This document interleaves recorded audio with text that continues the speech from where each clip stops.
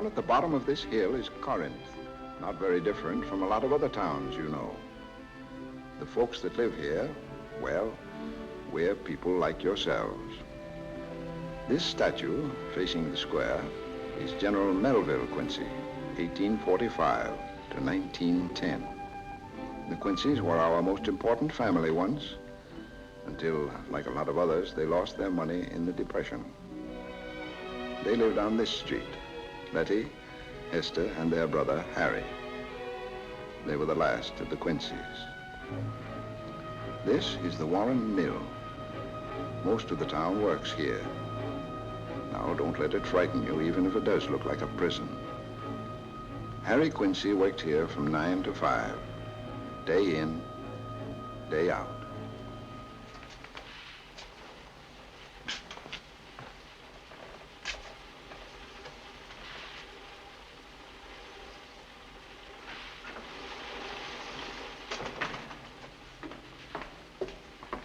Good morning. Good morning, Helen. Want to see something? It's dazzling. It's a genuine blue-white fifth of a carat. I'm engaged to Biff Wagner. To that child? Why, he's nearly 20. Oh, yes, so he is. Well, now, if you'll excuse me, I'll just finish my patterns. Don't hurry. I hear Mr. Warren got in this morning. Brought out his New York fashion expert to go through the plan. Now maybe we'll have puppy dogs and palm tree patterns and snazzy colors. Snazzy? That means stuff with a zing in it, Uncle Harry. Well, must you always call me Uncle Harry? I keep forgetting. I don't mind when the small fry do it, but when a whole generation grows up around me and still calls me Uncle, I feel that I'm coming apart at the joints. Why, you're not old at all, Uncle Harry.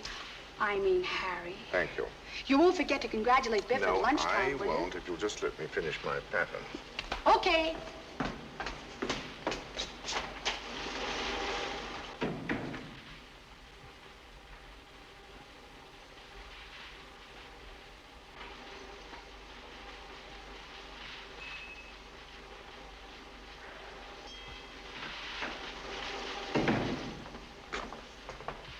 Here, Deborah, is where we design our new patterns. There's really not much of a trick to it. We just sort of repeat our old patterns with a few little changes here and there. We turned out 10 million yards of this one last year. Oh, I hope I didn't make you spoil your rosebud. Oh, that's all right. A little Chinese white will fix that. I'm Deborah Brown of the New York office. How do you do? Oh, this is Harry. He sort of keeps track of our patterns here. Harry Melville Quincy. The Melville was after that Civil War general in the town square. I didn't see the general. Only the birds do these days. Well, shall we take a look at the dyeing vats? Oh, and I want to show you the new loading shed, too. Oh. We bring the freight cars right into the plant now. Wait a minute, John. I'd like to ask Mr. Quincy how he gets the inspiration for these patterns. Oh, well, that's really quite simple. Now, take a pattern like this, for example. Well, I start off and I draw a line. Then I draw another line. Then another. And so on, so on, so on. That's all there is to it.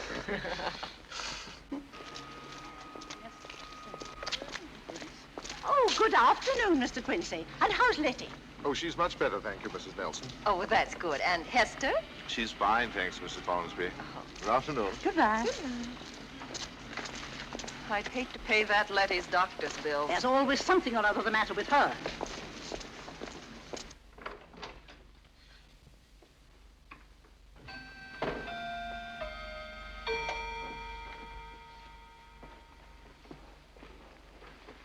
You're late, Harry. As the poet said, home is where you go and they have to let you in. What's happened, Hester? It's that girl, acting as if it were her own kitchen. I've been fighting with her all afternoon trying to get my pie into my own stove. Well, it's known as job running the kitchen. How's Letty? How would she be? Playing Robinson Crusoe on her chaise longue as usual, as if it was a desert island? Well, the doctor said she should look after herself. 4 years ago. Not a peep out of her heart since. If it was her heart.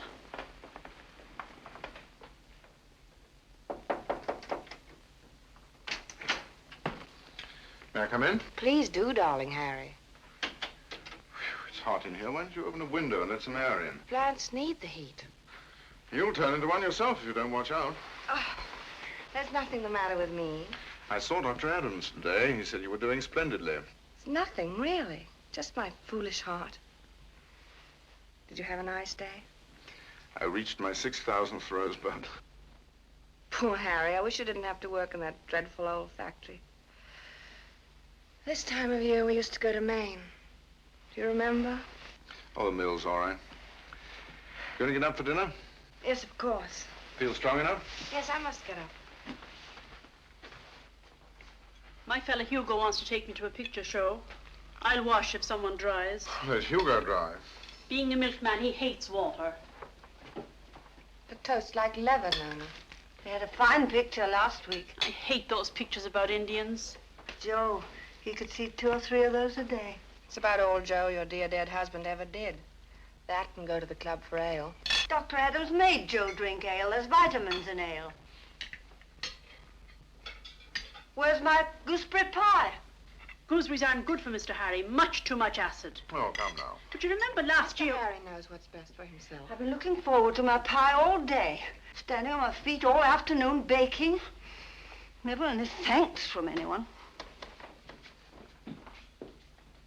It's like turning off a radio when Hester stops talking. It's not that I don't want Mr. Harry to have gooseberry pie, even if it isn't good for him. But Miss Hester's always sneaking into the kitchen and cooking, and I don't like it. She bakes awfully good pies, though. Here you are, Harry. It's fine, juicy berries. Soggy, you mean? Oh, no. I can't help it, Mr. Harry. You shouldn't eat soggy pie and all that acid. You're just doing this to turn my brother against me. You're all against Oh, me. Hester, don't dramatize so. You, what kind of a sister are you? Not even lifting a finger to defend me from the servant. You do very well for yourself. And besides, if Nona left, we'd be in a fix. I'm only trying to keep some standard of comfort for Harry in his own house. Aren't you the thoughtful sister? No one else but you must buy his clothes and do his room and keep him comfortable. I'm only doing my duty to my brother. And if you can't, you go into that green, dark den of yours until Harry comes home and makes you come out. You're just a spoiled, selfish woman. Maybe, dear, you'd be better off living somewhere else. You'll only excite yourself into a nervous breakdown here. Nobody cares for me. All the time I put in planning the meals and doing the housework while you just sit among those horrible plants and read poetry. Hester, please. Please.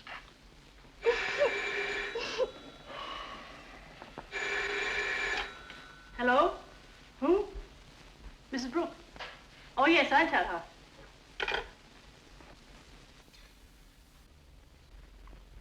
Mrs. Brooke says she can make it for bridge after all. She found a sitter for the baby. Oh, dear. And I've already told Dr. Adams not to come. I could play if you need a fourth. Well, as a matter of fact, I can't make it. I forgot it was one of your bridge evenings, Letty. Oh. Are you working tonight? I'm going out. Oh. There's nothing wrong in Harry going out. Nobody suggested there was. I'm showing someone the town. Someone? Miss Brown from our New York office. Girl? A Miss Brown would be a girl, Hester. That'll be nice for you, Harry. Where do you intend to take this Miss Brown?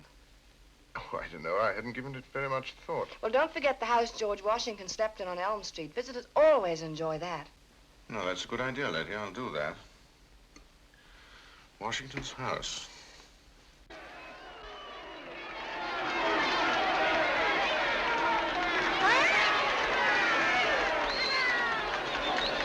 Come on, Nellie, hit that ball!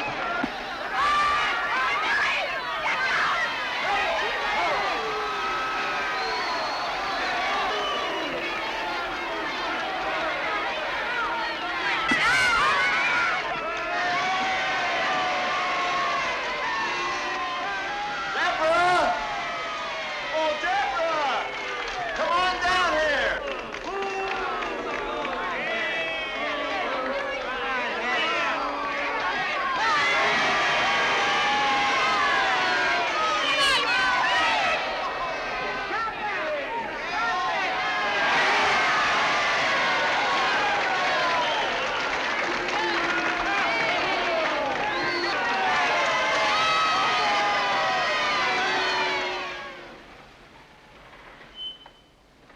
I wish we could have a soda or something, Deborah. But you know, Joan has to get to bed early so she can go to school in the morning. It was nice of you to bring me home, John. I love softball anyhow. Wonderful team, the Warren Tigers. They played like clockwork tonight, didn't they? I want to play with them when I grow up. Well, good night. Good night. Wait a minute. Harry's stuck. Oh, I forgot you were there, Harry. No, I'm all right. Good night. Good night.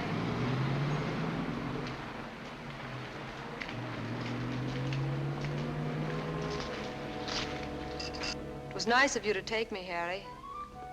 At times, I wondered who was taking whom. What time is it? It's late. It's almost 10. And you call that late? Why, New York life is just beginning. The barman at 21 is opening his second bottle of Kimmel. The dance band at the Rainbow Room is unpacking its instruments. And the last taxi driver has just avoided picking you up. And you say it's late. Well, I'm afraid I can't offer you very much in the way of nightlife in this town. Not even the George Washington house you mentioned? Not this late. Even ghosts turn in early in Corinth. I don't feel like sleeping just yet. Didn't notice you had a sky here. It's the same one you had in New York. Oh, there's no sky in New York. The bright lights killed it off. I haven't seen a big fat star in 10 years. Well, we can offer you quite a few of those here. There's Mars up there, that big fat fella. And over there's Venus. Venus. It's like meeting an old friend. My father used to show me Venus when I was a little girl. My father didn't approve of stargazing. Dad used to say they were polished every night before being hung. I wanted to do that someday. Be a star polisher? Some of my best childhood friends wanted to be star polishers. Well, I must confess, I had some such plans myself. Which one is Saturn? There it is, up there. But where are the rings? Well, you can't see them with the naked eye. Harry, you're beginning to sound indecent. Well, I only meant that you have to have quite a powerful telescope to see the rings. They were very clear last night. Oh, you have a telescope? Yes, 9-inch one. I built it myself. Are the rings clear tonight, do you think? I don't know. Well, you'll have to wait quite a while before it rises high enough. And it still might be hazy then. We could go try, couldn't we? All right.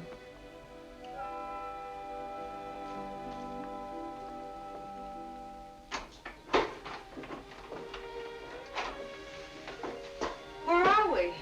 Just above our old carriage house. Papa only kept a Model T. We gave up our horse in 1924.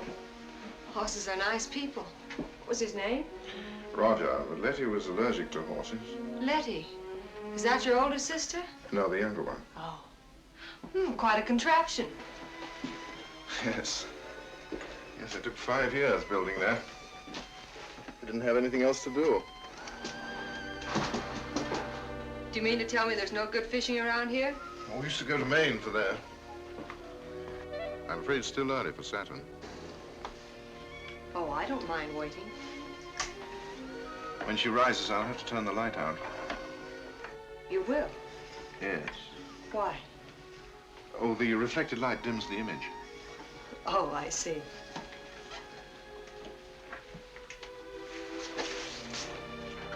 Harry? Yes? Yours? Oh, yes. Now, don't say it. Say what? That I should keep on with my work, that I show promise. It also shows, may I? It also shows you don't leave the rosebuds behind in the office. Listen, I've painted so many rosebuds, I see them in my soup. Well, it's good. But I'd like to see you tear into something, rush into painting. Just go ahead and slash it on. Try it someday.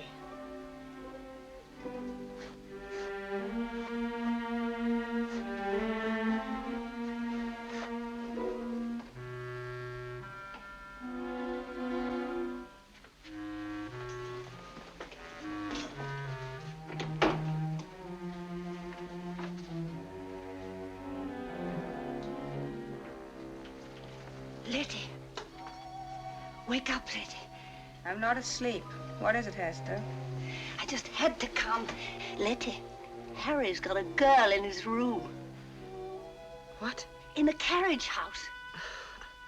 There's nothing wrong in that. I didn't say there was anything wrong in it. I just thought you'd want to know. It's none of our affair, Hester.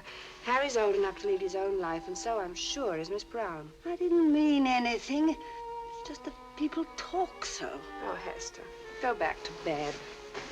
Oh. Good night. Good night.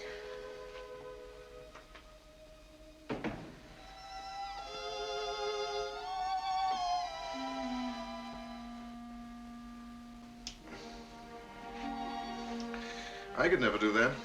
I'd never have the courage. Besides, who in Corinth would appreciate it? Does it matter? Oh, I suppose not. You look as if it did. It wouldn't matter if you were a Quincy, or it would have mattered before the mill came. Oh, now don't give me that old family and I never had a chance routine. It's up to you, Harry. Rosebuds or what's that? You don't understand the family setup. You see, my sisters are dependent on me. Rosebuds mean bread and butter to this house. Well, it's time for Saturn, I think.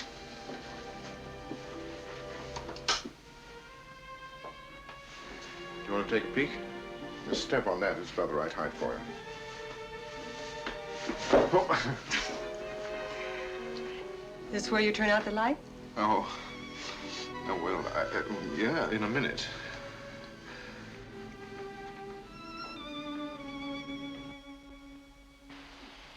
Poor Harry. After all these weeks he's known her, he never even had the courage to suggest her coming to tea. If she's a friend of Harry's, she must be a charming girl. You know, the whole town is talking. Mrs. Nelson, I met her at Follensby's Market. She says that Miss Brown is very beautiful. Light the tea lamp, will you? Mrs. Nelson says Hester, that I detest common gossip on the public streets. nothing ever happens here. At least not often. I like to talk to someone. And the people you choose to talk to, what vulgar gossips. Besides, isn't it Harry's personal affair? I was only saying... Oh, leave the cake alone. Look, there they are. Oh, she is pretty. Without an umbrella. Poor Harry. I'll go. It's fun walking in the rain. Makes you hungry. Hello. You're Miss Brown, of course. What a lovely suit. I hope it didn't get wet. This is my sister Letty. How do you do? Hello. We don't see fashions like that in Corinth. Thank you. We finally got around to George Washington's house. Harry, I think you better change your shoes. Harry catches cold so easily. Oh, nonsense. I haven't had a cold in 3 years. I'm sorry your visit was spoiled by the rain. New England landscapes were made to look at in a mist. Would you like to tidy up? Oh, this is my sister Hester. How do you do? Hello. Hester, will you take Miss Brown to my room and show her where my things are? Please make yourself feel absolutely at home. This way, Miss Brown.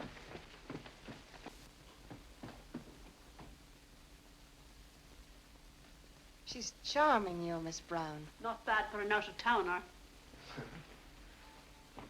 Hello, Weary. She dresses well, doesn't she? How's little Weary-kins? Did he eat anything today? Nona tried to feed him, but he didn't seem to want anything. Poor Weary.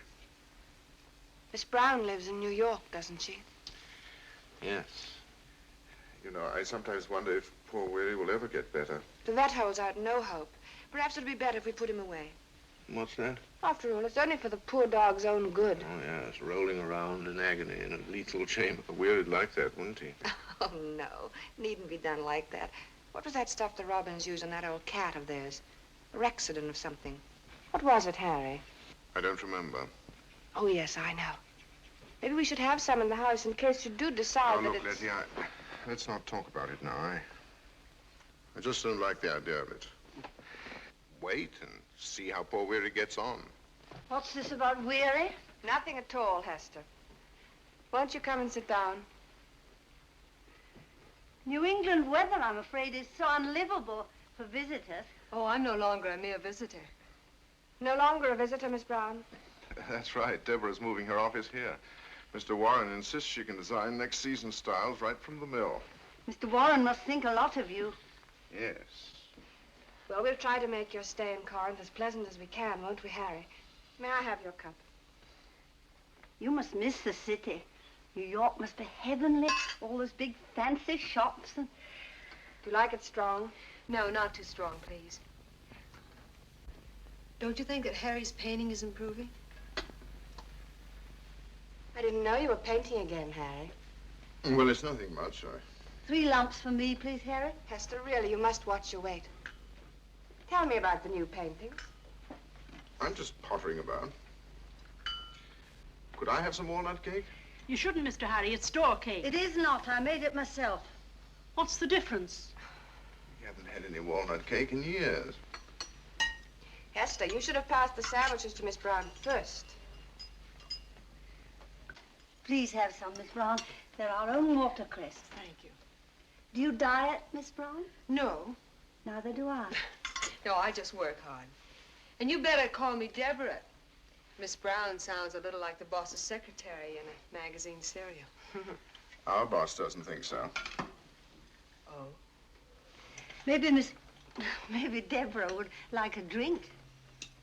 Well, she never drinks anything until 5. What about a glass of sherry?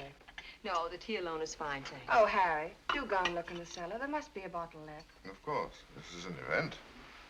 Well, really, I don't want to be a nuisance. It's no trouble at all.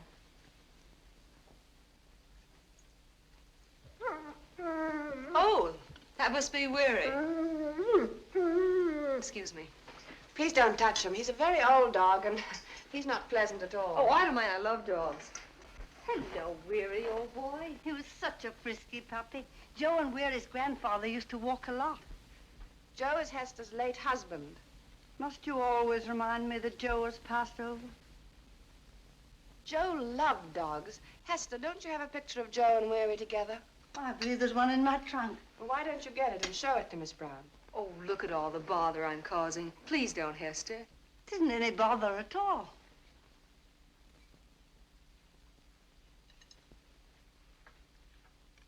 Would you like some more tea? No, thanks. Harry seems to be very fond of Weary. Talks a lot about him. He's sorry for him. Harry's sorry for everything. I like that about Harry. You don't have to defend my own brother to me, you know. I'm sure I don't. Harry's trouble is that he's never grown up. Anyone can impose on him. Oh, we're always having to get him out of little difficulties. That doesn't help him much to grow up, does it? We feel we know what's best for Harry. Deborah, I hope you won't misunderstand if I give you a little advice. I shan't misunderstand, Letty. We Quincy's have lived a great many years in Corinth, and our name is rather well known here. It's ridiculous, of course, but there it is. And so we have to be rather careful how we conduct ourselves. If you know what a small town is. Yes, I do.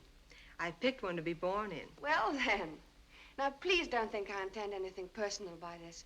But people here are set in their ways and rather narrow-minded. And a newcomer among us has to be especially careful. Now, don't think that this is my point of view, but people do talk. And if, for instance, Harry were to be observed leaving your hotel late at night, it might be misinterpreted, mightn't it? Yes. I suppose it might. Well, then, that's settled. I'm so glad we had this little talk. You're such a sensible girl. I'm sure we're going to be very good friends now that we understand each other. We understand each other. But if Harry wishes to stop by my hotel at any time, I'll always be glad to see him.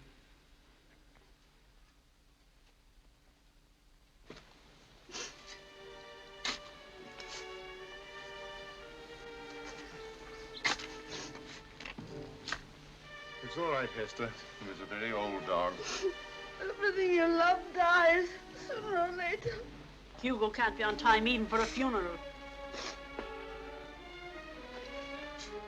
Once all Quincy's were buried privately in their own acres. Weary will be the last Quincy to be buried in his own land. You mustn't say such terrible things, Harry. He was a nice dog when he kept out of the kitchen. What are they doing? They're burying a deader. A real deader? No, only that dog. He's dead, ain't he? Uh-huh.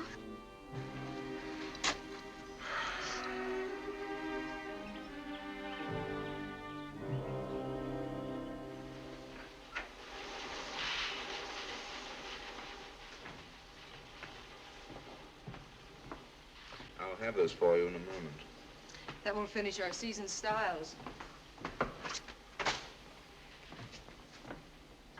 Do you realize that it's been 3 months since I first walked into this office? It doesn't seem like it, does it, darling? John Warren's leaving for Europe in 2 weeks. Oh, is he? He goes every year, lucky stiff. He's staying 6 months this time, wants to find a good school for Joan in Switzerland. Oh, he does, eh? He's asked me to come along and approve the school. What colossal nerve. I ought to punch him in the nose. And I think I'm going. Are you serious? Why not? I've never been to Europe, and this might be a very pleasant way to see it. But, Deborah. I see nothing wrong in the idea. Well, I can't see how you can even consider it. Oh, are you thinking of Corinth's moral attitude? I'm not a Quincy, you know. No, but you don't travel with a man who's in love with you. It just isn't done. I think it might be a very interesting experiment. Oh, very. Besides, I'm not so sure John's in love with me. John's the sort of man who puts everything in writing. Well, people don't shout their feelings all over the place. I tell you, he's in love with you. Well, there's no need to get so upset about it. I don't like it, that's all. Cavorting all over Europe with a middle-aged playboy. John's not a playboy. You're always talking about John, John, John. Do you call him darling, too? But why shouldn't I, darling? Well, when you called me darling, there was something special about it. Darling Harry, let's stick to the idea of the trip, shall we? Leaving for the day? Don't see very much point in staying.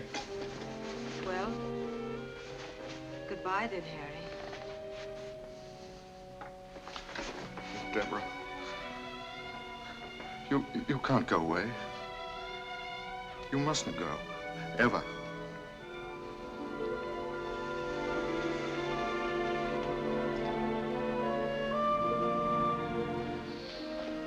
Letty!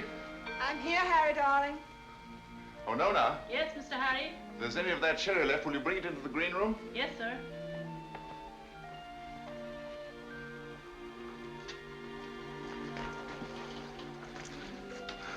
Well, Letty, you've certainly done wonders with these plants.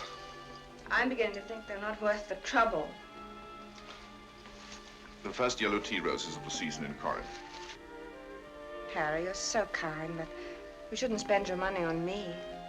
I thought you were always so fond of yellow roses. Yes, dear.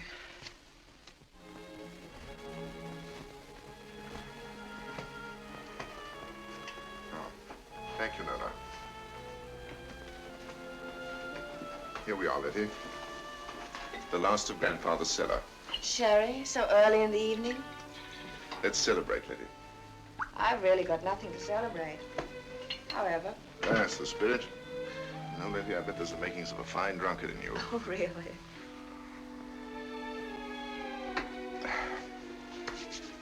You know, I've got the most wonderful news for you. Have you? Dr. Adams was here today. Oh, was he? You might at least ask why he was here. Oh, I'm sorry. I guess I'm just too full of my own happiness. Letty, I'm going to be married.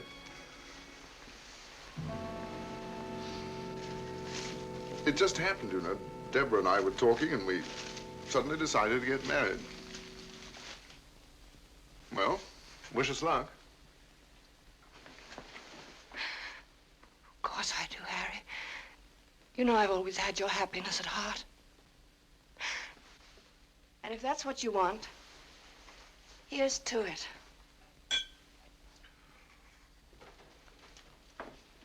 Oh, how nice. Sherry before dinner. Just a little celebration, Hester. Harry and Deborah are getting married. No. Oh, I expected it.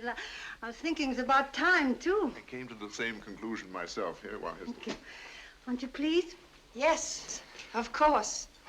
Now that Harry is going to raise a family, are we going to move out, or are they going to move in?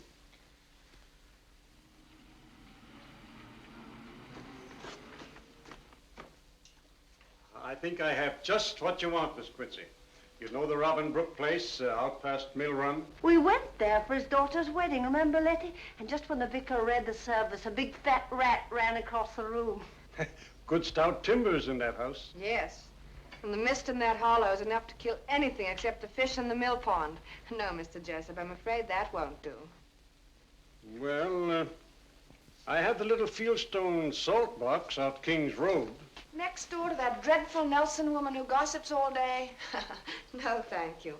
Perhaps you'd better let me draw up a list of everything I have. That will be fine. Goodbye, Mr. Jessup. Goodbye. You'll call us soon. We must find a place right away. Oh, we'll find something in no time. Thank you. Yes, Mr. Jessup, we saw the house yesterday, and it's quite impossible. I wouldn't ask a frog to live there. What garden? It's nothing but solid rock. You know I can't live without my roses. Well, tell him to look for something else. Mr. Jessup, we'll just have to go on looking. No, not this afternoon. I'm too tired after yesterday. Tomorrow, perhaps. I don't suppose you'd be interested in one of these. Oh, Ben. They're very handy, you know. Well, ladies, now, could I interest you in some of my special ice cream? Non-fattening, if you give up all the meat and potatoes. Ben, I wish you didn't have your fountain so near the drugs. Well, ladies, we haven't poisoned an ice cream eater since Christmas. Just when is Harry going to get married? Everybody in town's asking me, knowing I know you so well, and I just don't know what to say. Well, I don't know what to say myself. Oh, that Letty, she just sits in her green room moaning. The weather's too warm for house hunting. Nothing good enough for her, I hear. If you ask me, Harry's looking very peaked and worn. This ain't doing him any good. Waited 6 months already, hasn't he? I don't want this repeated, but me repeat anything. Well, I don't think Letty has any intention of moving out. It wouldn't surprise me at all if she wasn't going to try to stop Harry getting married. Well, that's a pretty kettle of fish. Shall we have another cone? My, you ate that fast. Isn't it cold? I'm being fitted for a new set in Concord. Don't feel a thing. Go on, have another. Let's. She's beaten you, Harry. Beaten both of us.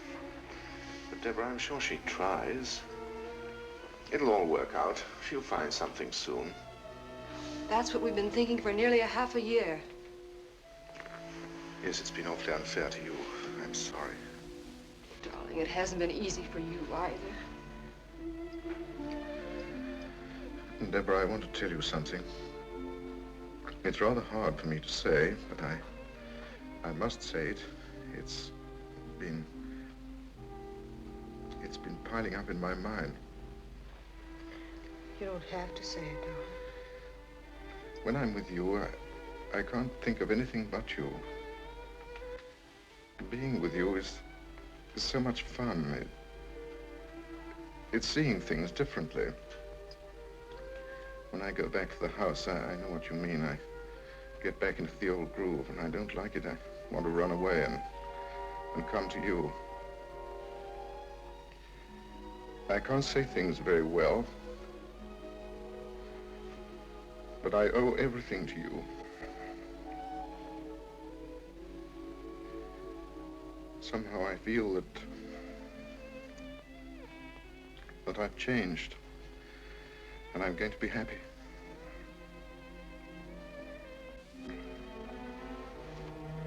Oh, Harry, when are you going to realize that it isn't as easy as all that? You must know by now that Letty has no intention of giving you up. Not as long as she lives.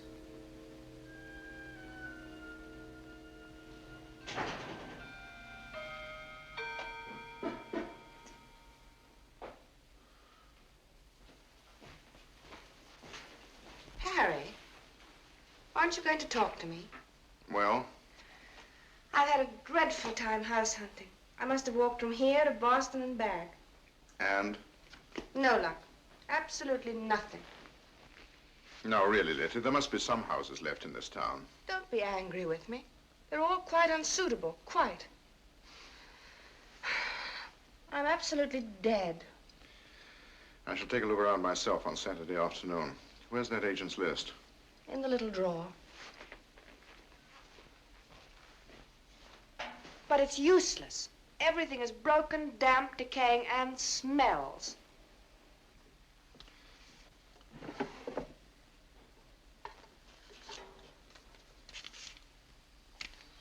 What's this? What? Oh, I got that after our talk about Weary. There was no need for it. We all knew the dog was dying. Well, what's wrong with Major Corden's house? You always liked it. It almost sounds as if you're trying to get rid of us. I'm only trying to do what's best for all of us.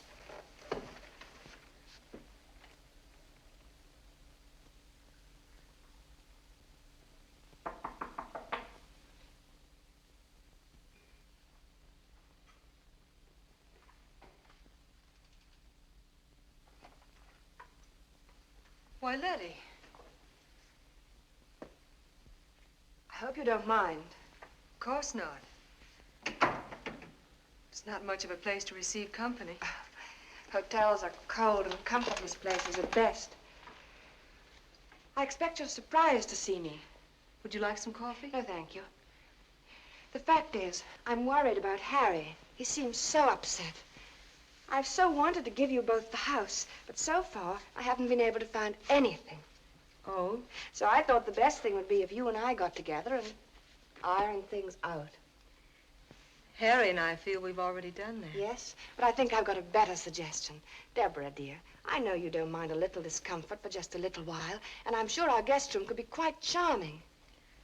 That's out of the question. I do so want you and Harry to start your married life in the house. Aren't we placing too much importance on the house? Very comfortable and quite easy to run, though, of course, Hester and I wouldn't expect you to do any of that, just until we find a little place of our own. No, Letty. The whole idea is impossible.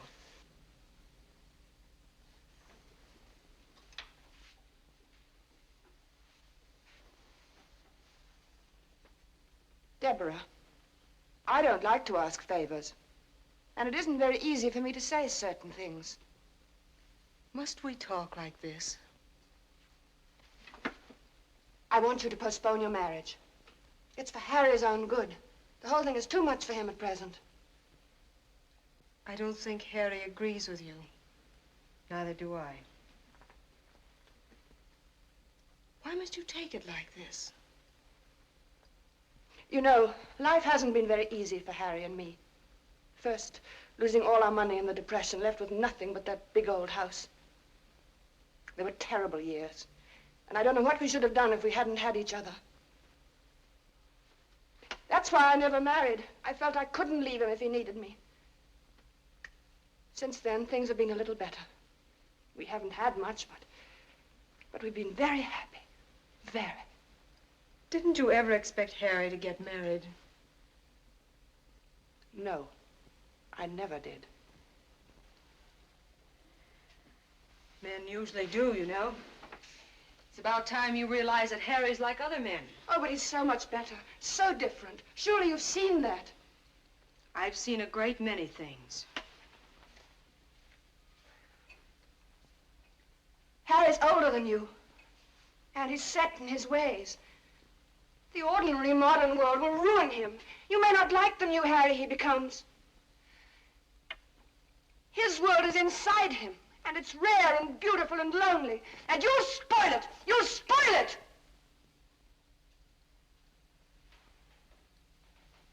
Will you please go?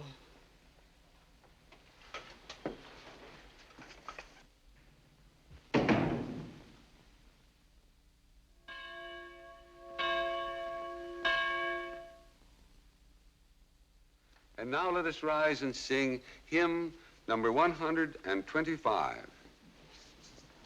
Abide with me, fast falls the eventide. The darkness deepens, Lord, with me abide. Your brother sick?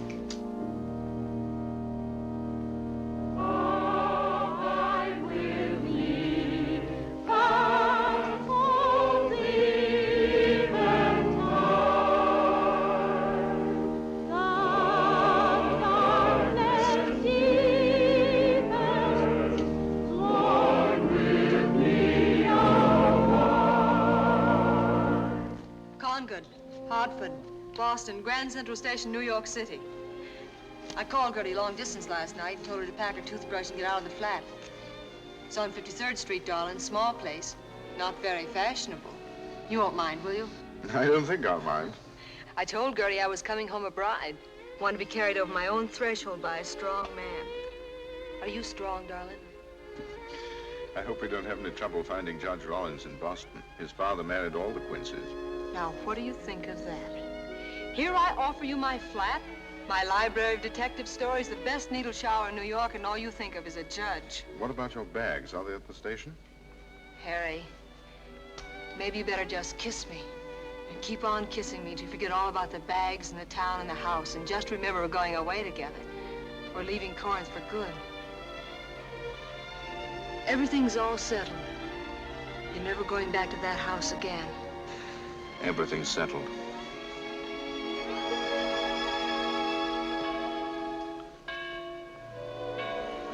Church is letting out. Maybe we better be walking back. Not afraid we'll shock the Sunday walkers? I'm feeling pretty shock-proof today.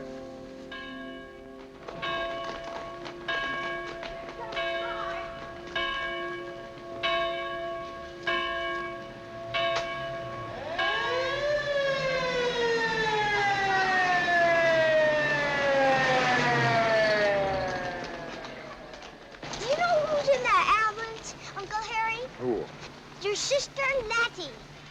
She was took bad at the hymn singing. One of her attacks. They've sent for Dr. Adams. Dr. Adams will bring her around, I'm sure.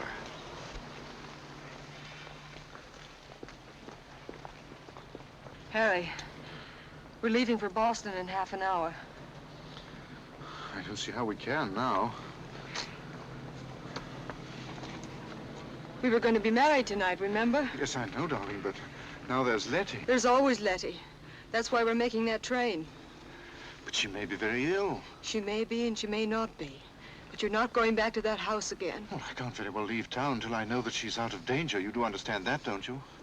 I understand that we were planning to be married. We're going to. Well, of course, darling. Oh, Harry. We go today or we don't go at all, ever. And I'm not being unreasonable, because if you go to Letty now, you'll go again and again and again to that house, and I'll need you. She'll always see to that. Now, Deborah. Oh, Harry, I've made up my mind. It's me or Letty. You've got to decide now. You are being unreasonable. Am I? Oh, Harry, don't you know what will happen if you go back there now? But she's sick, don't you understand? I wonder. Well, she is sick, and I just can't go. Is that your answer? You've decided between us? Well, it isn't a question of deciding. I know now where I stand when it comes to picking between us. Go to her. Stay with her. Go back to what you were. Paint a million roses, but you've made your choice. I'm leaving.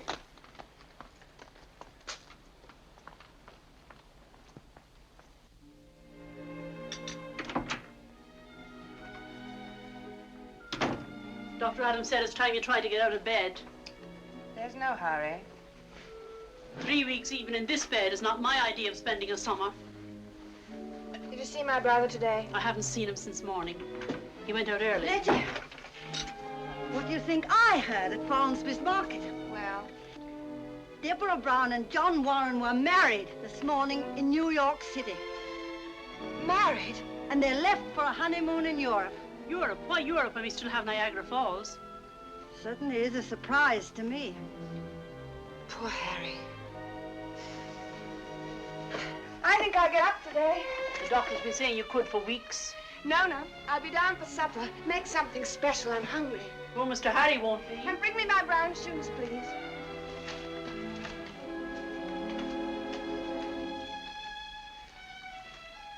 She was the only girl he ever really loved. The only one. Nonsense. And anyway, men don't take these things the way women do. How would you know? Have you ever been in love?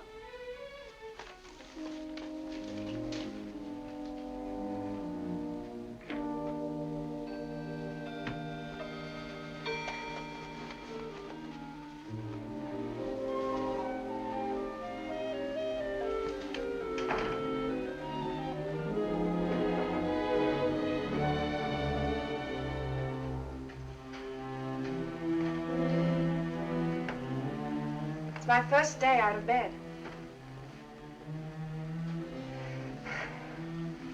I'm afraid I'm a little too weak after all.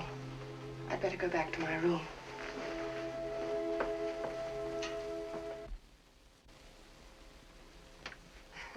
My legs feel as if they didn't belong to me. Hester and Nona have to help me out of bed. Well, how's everything? Anything new in town? So you have heard. Oh, Harry, I'm so terribly sorry it happened this way. I'd rather not discuss it. Please, Harry, I wanted to warn you. I always thought it would end like this. Only it was your affair, and so I didn't interfere. You liar. You rotten liar. I heard everything. So you didn't interfere much. Oh, no. Get out of this room. You planned it. You planned it all this way. How dare. And now you tell lies about how you just sat back doing nothing. Stop babbling. You broke up that marriage that you planned. You never intended to find a house. But Deborah saw through you, didn't she? She was going to take Harry away from you. So you went to bed and faked illness like you fake everything. Fake, fake, fake! All right. What if I did try to protect Harry? Wasn't it for his own good? Harry, darling, you do understand why I did it, why I had to do it. That girl wasn't for you. You at your age, marrying some young girl from who knows where, what family, what background, you wouldn't have been happy. You know that now. Harry, you know that everything I did for you, everything that I've always done for you has been for the best, hasn't it? You'll never have to do anything for me again. Harry! You! Who asked you to open your flabby mouth? You never asked me anything. You decided the girl wasn't good enough for Harry. You decided to break up the marriage and have Harry for yourself. Did you ever ask me about anything? Ask you? You never asked me when you decided to tie Harry here to your sick bed until it was too late. Hester, I'm warning you. After all, he's my brother, too. Don't act as if I were trying to keep him to myself. Well, aren't you? You've always tried to shut me out of everything. You're insane. You don't have to lie to me, you know. I'm not Harry. You called me a liar for the last time. Now get out. Oh, no. I'm not finished yet. I've been saving up things for years, and I'm going to tell them to you now. I hate you. I've always hated you. Ever since I was a child. I can't stand the sight of you. I won't leave here, not as long as I live. I don't care whether you're dead or alive. For the last time, Holy Toledo, Mr. Harry, I don't like what's going on. Well, you know how they talk. Just don't pay any attention to it. I don't like it. Miss Letty talking like that to Miss Hester. Well, they're always going on like that. Do you mind getting me my pipe cleaners out of the desk? Oh, yes.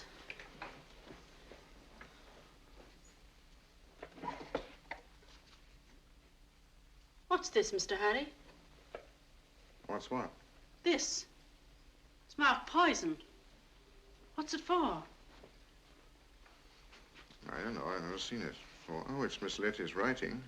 Haven't you ever seen it before? Me? No. Well, let's take a look. Ben's drugstore, March the 20th.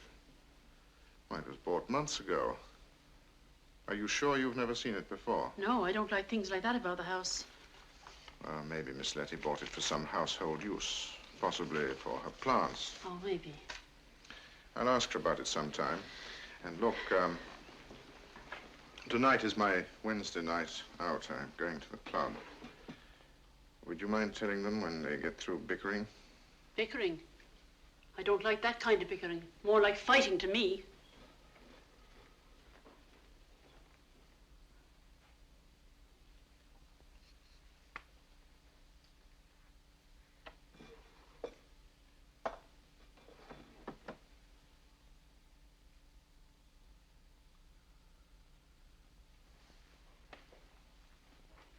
I was singing merrily home.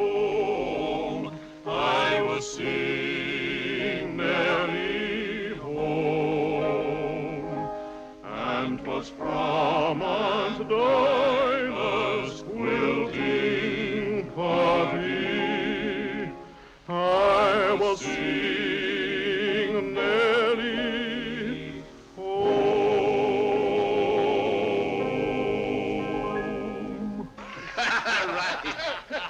Oh, say, it's good to have old Harry back tickling the ivories for us. He's in great form tonight. Gentlemen, it's great to be back on the concert stage again. Just like old times, knocking off the song. Yes, sir. We sure thought that girl had Harry hooked. Harry. Oh, that's all right, Joe. If everybody in this town got married, who'd there be to sing in your back room? I never thought of that. But still, I can't see why anybody would take that man, Mr. Warren, when they could have a good hot lick player like our friend Harry. She's got something there. Ah, there she is. My, looky here. And steaming hot. You know, I eat this here clam chowder myself, and I own the joint. Hey, Annie, you drop down by the store and I'll give you a little something for your weight. My boyfriend likes it just where it is. He's a wise man, Annie. And besides, my mother always told me to be careful of sporty druggists. Always ask Mother. Would you care for something, Mr. Quincy? No, thanks, Annie. I'm fine, just fine. How long have you been making this, Joe? It's very good. Smells very good, Joe. Fine. Tastes good, too. Hey, Joe, there's a clam here in your clam chowder. You don't find a pearl of it, you'll be all right. Let me out of here.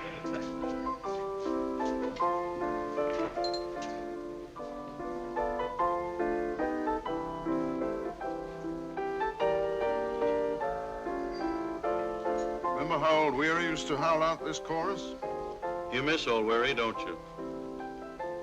People who love dogs shouldn't own them. They don't live long enough. Ain't that the truth? They grow old and you see them suffer. Yeah. Sure breaks you up. And then people say that you shouldn't let them stay in pain.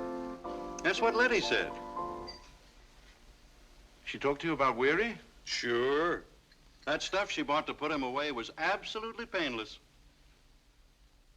What are you talking about? That poison for the dog. Weary wasn't poisoned. He died of old age. Now listen, I sold her the stuff myself. Well, Letty didn't tell me anything about it. Well, I even wrote it down someplace. I'm going to look it up for you. Old Sure Death, I call it. It's my own mixture. One pinch and you wake up being measured for a harp. It's not like Letty to do it without telling me. However... And when I die, don't bury me at home. Bury me at home. Just pickle my bones. Just pickle my bones. In alcohol. In alcohol. Put a bottle of booze. Put a bottle of booze at my head and feet. My head and feet. And then I'll know. And then I'll know. My bones will keep.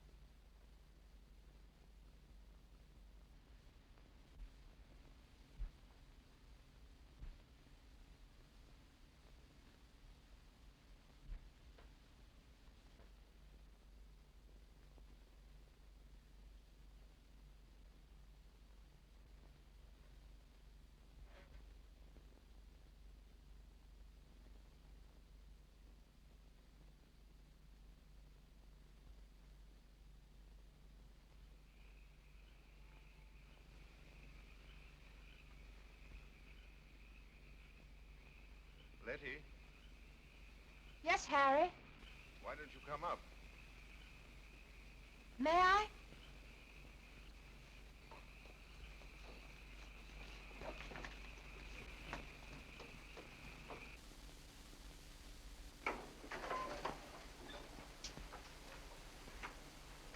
Why aren't you in bed? I couldn't sleep until I talked to you. You shouldn't be out at this hour, your first day out of bed. I wanted to explain. Oh, well, I'm afraid I rather lost control of myself this afternoon, Letty. I'm sorry. I'm so glad you aren't angry with me anymore. We were all dreadful this afternoon. Forget it. After all, we still got to go on living together. Go on being the Quinces, the sensible Quinces. Oh, Harry. I do hope we shall be sensible from now on. Like old times? Like old times. Reading, talking, surrounded by our own things in our own house. After all, we are the only two people in Corinth with the same understanding of books and art and... Do you think we can pick up our life where we left it off? If you want to.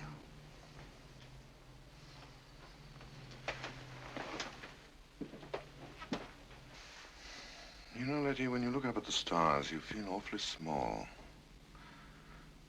Our problems seem so petty against all that space on space out there. We are mere drops of nothing compared to a sun that has 100 million miles for a backyard. So why do we torture ourselves trying to discover what's good and what's evil? What's right and what's wrong? It's so unimportant. Yes, Harry.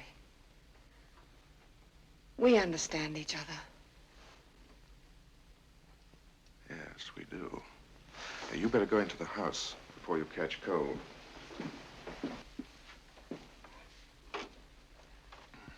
Would you like to drink a cup of cocoa with me?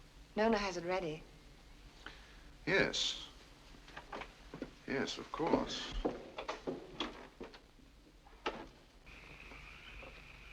Now, watch your step. Yeah.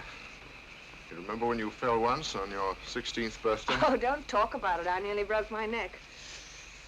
You're catching cold. It's chilly. How's Hester? Let's look at the stars. Which one is Saturn? You know, I do think you should forgive Hester. I'm sure she didn't mean any harm in what she said. Very well. We'll make up. Do you remember how you always made us make up when we were children?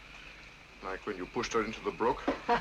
She looked so silly and damp with water pouring out of her sleeves.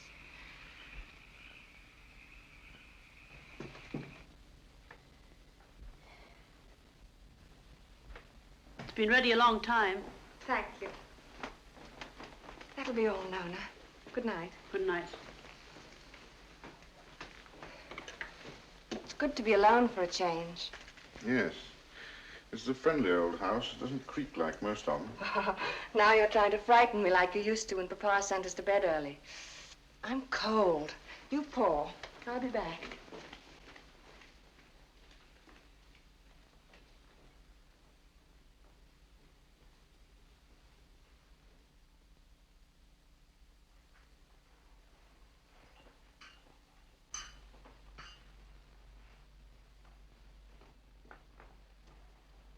I brought some more hot milk.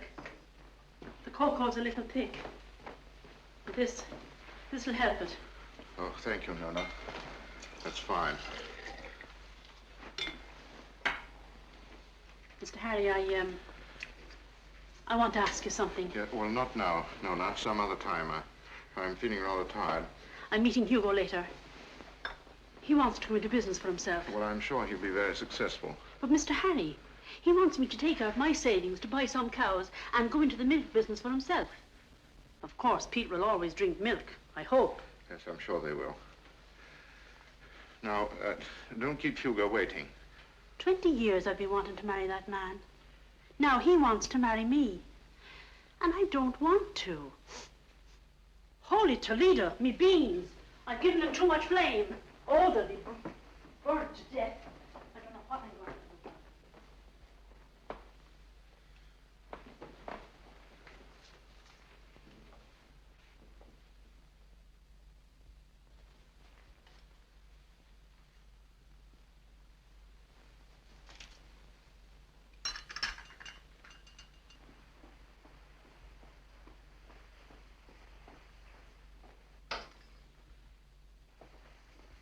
Esther says to say good night. She'll have her cocoa upstairs. This is nice, isn't it? People don't understand how pleasant and comfortable living in a small town can be. I'll pour some for Hester and take it up to her.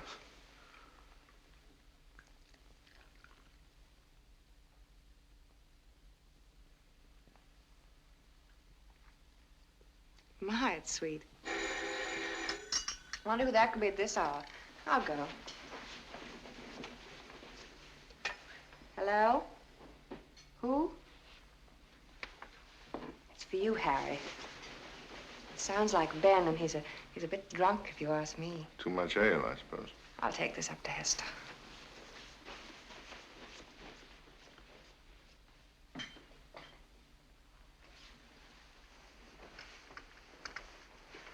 I nearly spilled it.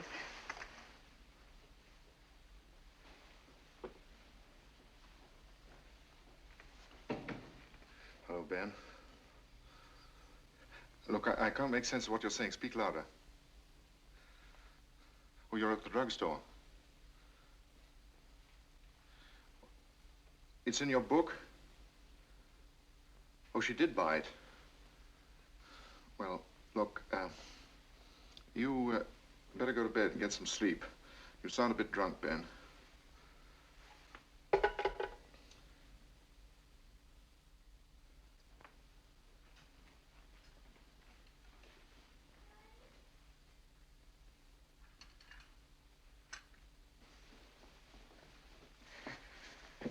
What did Ben want? Oh, they're still singing at the club. They wanted me back at the piano. Oh, Hester says thanks for the cocoa. Did you two make up? Yes, I forgave her. Harry, darling, you look so tired. Yes, I am a little. You need a change. We've all been cooped up here too much. Yes. 3 women in one house. It would strain any man's nerves. Yes, it's been a strain on all of us. Yes. Well, we can forget it now. Harry, I've been thinking.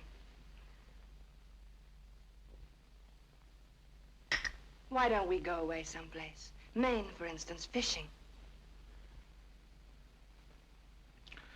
Yes, why not? I believe our rods are still up in the carriage house someplace. Oh, it would be fun. We could rent one of those wonderful little log cabins. Do you remember those streams? Trout as big as cod. What about Hester? Oh, Hester'll be happier here at home, pottering about. Come here. Do you remember the first trout I caught? It looks like Mrs. Nelson with her mouth open. And there's our old boat. I wonder if we could get the same boat again. I suppose so. Oh, Harry, when can we leave? What's happened to Hester? Oh, Hester's so clumsy. She must be ill.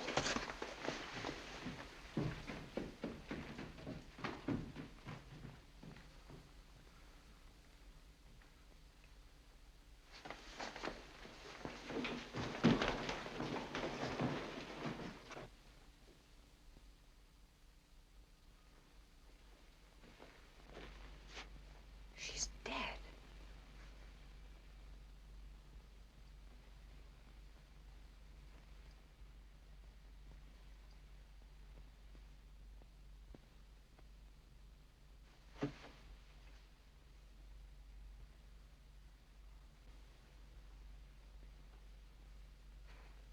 It wasn't meant for Hester, was it? What's happened?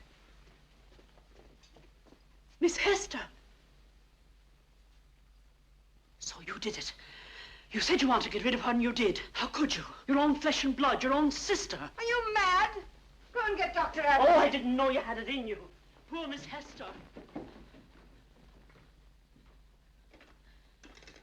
Operator, Adams, Dr. Adams, Redmond Street. Hurry, hurry. Nona seems to have gone out of her mind. I wonder if the jury will think so. Harry. I'm sorry, lady. But that's the way things are.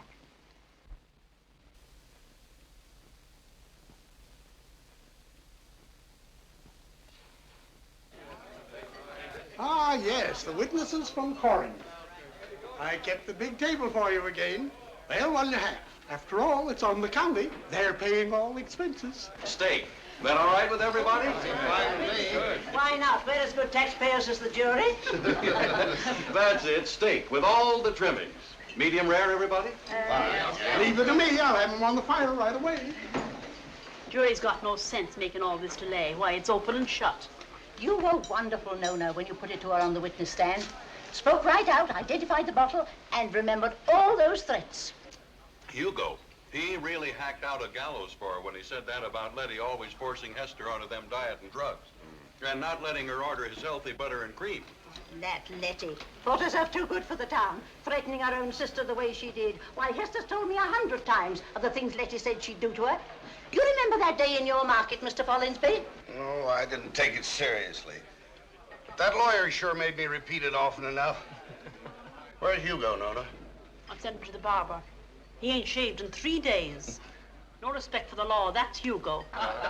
Don't you ever mix things up in the drugstore? Not me. Well, you saw how I brought my prescription books in and showed them. I know where every gram of drugs in Corinth is right this minute.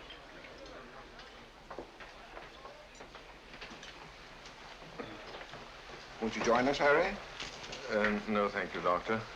Any word? No, the jury's still out. I can't understand it. No, thank you.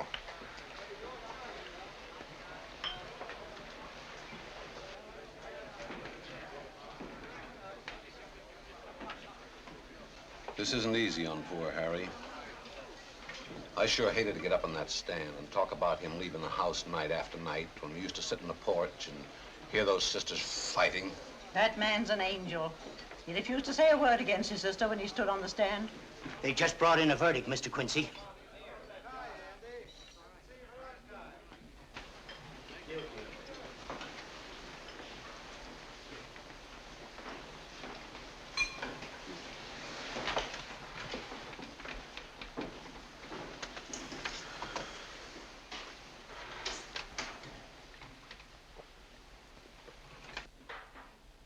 Oh, Tim, Joe, bring that hamper up here.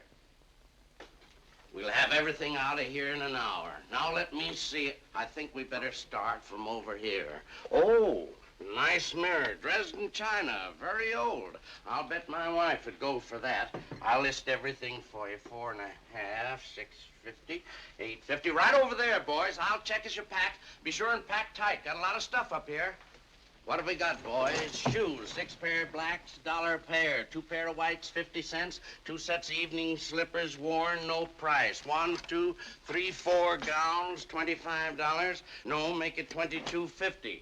1, 2, 3, 4 dresses, $15. Well, that might fit Mrs. Slavin, but I guess not. Figure's not like it used to be when I first got married. Wouldn't even fit Betty. She's as fat as her mother. I'll find somebody for it someday. 1 brocade spread, $10. 3 dozen handkerchiefs, $1.50 a dozen. Hats, hats, hats. Funny what women will accumulate and never get rid of. Now, let's see what we have in here.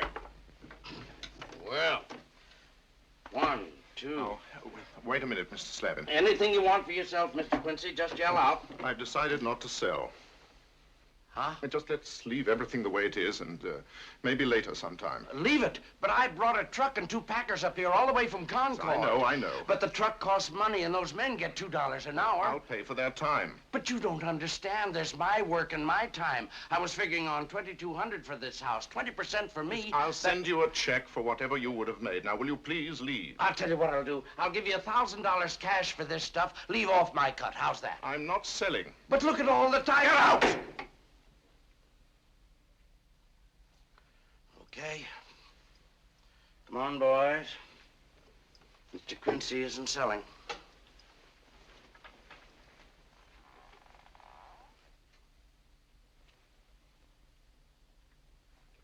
I, Harry Melville Quincy, born April the 18th, 1906, in the town of Corinth, New Hampshire, being in full possession of all the faculties of my mind, make this confession of her.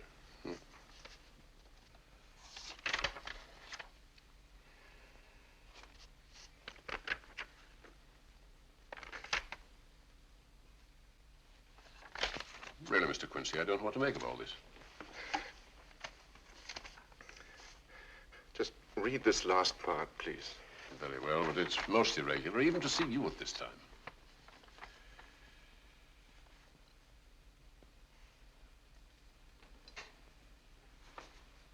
All very praiseworthy, even magnificent. But frankly, I don't believe one word of it, Mr. Quincy. Neither will anyone else. But it's true. This business of changing cops and the wrong victim is also confused. Besides, what possible motive could you have for committing such a crime? I hated her. I wanted to be free of her. Now you want to save her. Doesn't make sense. No, Mr. Quincy. You asked to see her, but I don't see any reason for that now. But if she confirms everything that I've written here, will you believe it then? Yes. If that should happen, I will immediately inform the governor. Well, that's all I ask. But why upset your sister with any idea of a last-minute reprieve? To do such a thing would be very cruel, inhuman. So please, Mr. Quincy, don't mention anything to her which might build up false hopes.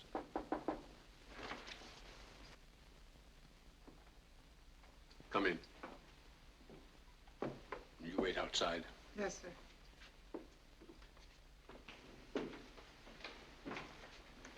Hello, Letty. How are you, Harry? Please sit down. Thank you. It's good to see a fire again. I always loved an open fire and a big, comfortable armchair like this one. In fact, I was going to ask you, may I have an armchair in my room tonight?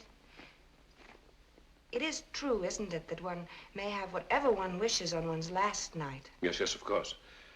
Miss Quincy, your brother has something he wishes to say to you, so I'm going to leave you two alone. Don't forget what I told you.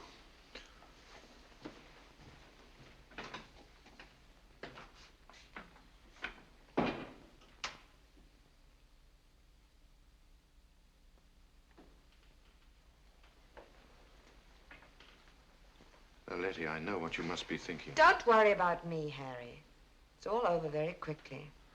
But you won't have to go through with it. I think they put some kind of a hood over one's face. Letty, please listen to what I have to say. Harry, try to control yourself. After all, you're not going to be hanged. Well, neither are you, Letty. You're not going to die. I died months ago. Tomorrow will be just routine. What are you going to do tomorrow? I hope you won't be one of those horrible creatures who stand outside gaping. I think they run up a black flag or something. But, Letty, you know I did it. I came here to give myself up. Dear Harry, always so imaginative. Do you remember when you were a child, you used to have nightmares? And I used to comfort you and tell you that it was all in your mind. Letty, I can't go on living like this. What are you going to do about the house? I should sell it if I were you. Oh, of course, you may have a little trouble there. Give a house a bad name and hang it, as they say. Will you please read this? Everything's written down there just as it happened. Don't be foolish, Harry. Everyone knows how fond you were of Hester. You could never be cruel to anyone, let alone kill them. I didn't know what I was doing that night. Of course not. I remember when you were a child, you broke your best toy, a little wagon. It was an accident. But you blamed Hester and me. And you had our ice cream while we had to stand in the corner. Will you stop talking like that? I don't want to blame anyone. Or collect their ice cream. You never mean any harm, Harry. Accidents just seem to happen to you all the time. I just wanted to be free. That's all. Free. Then everything has turned out beautifully, hasn't it? You are free. Ever since we were children, I've wanted to do something for you, to give you something. Something worthy of your talent and your imagination. But, Letty, I'm not thinking of myself, only of you. Seems strange, doesn't it, that I should choose this peculiar moment to give you this peculiar present. What present?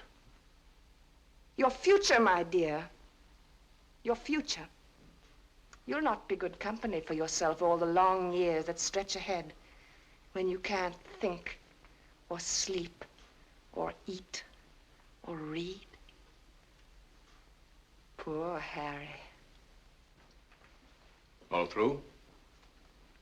Yes. All through. I know you'll ignore my brother's attempt to prove he killed Hester. It's quite ridiculous, of course. All the same, Harry, it was splendid of you to make the gesture. Splendid. Thank you. It was so exactly what I would have expected of him.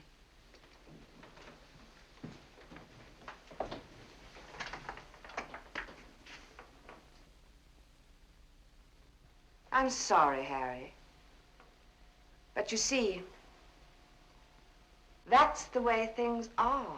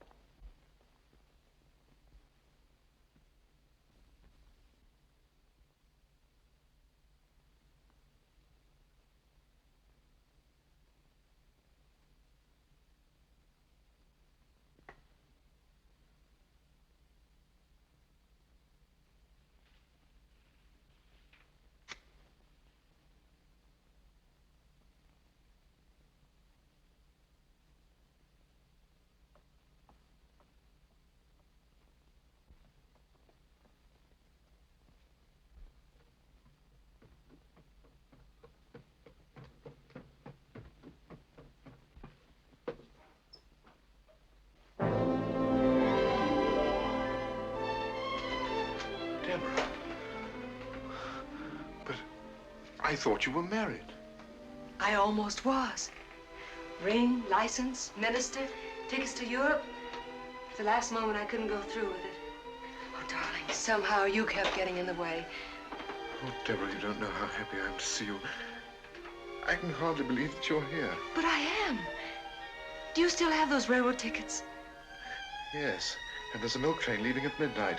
If we hurry, we can just about make it. But, Harry, isn't there anything here you want to take? Nothing but you, darling. I saw your light on, Harry, and I wondered...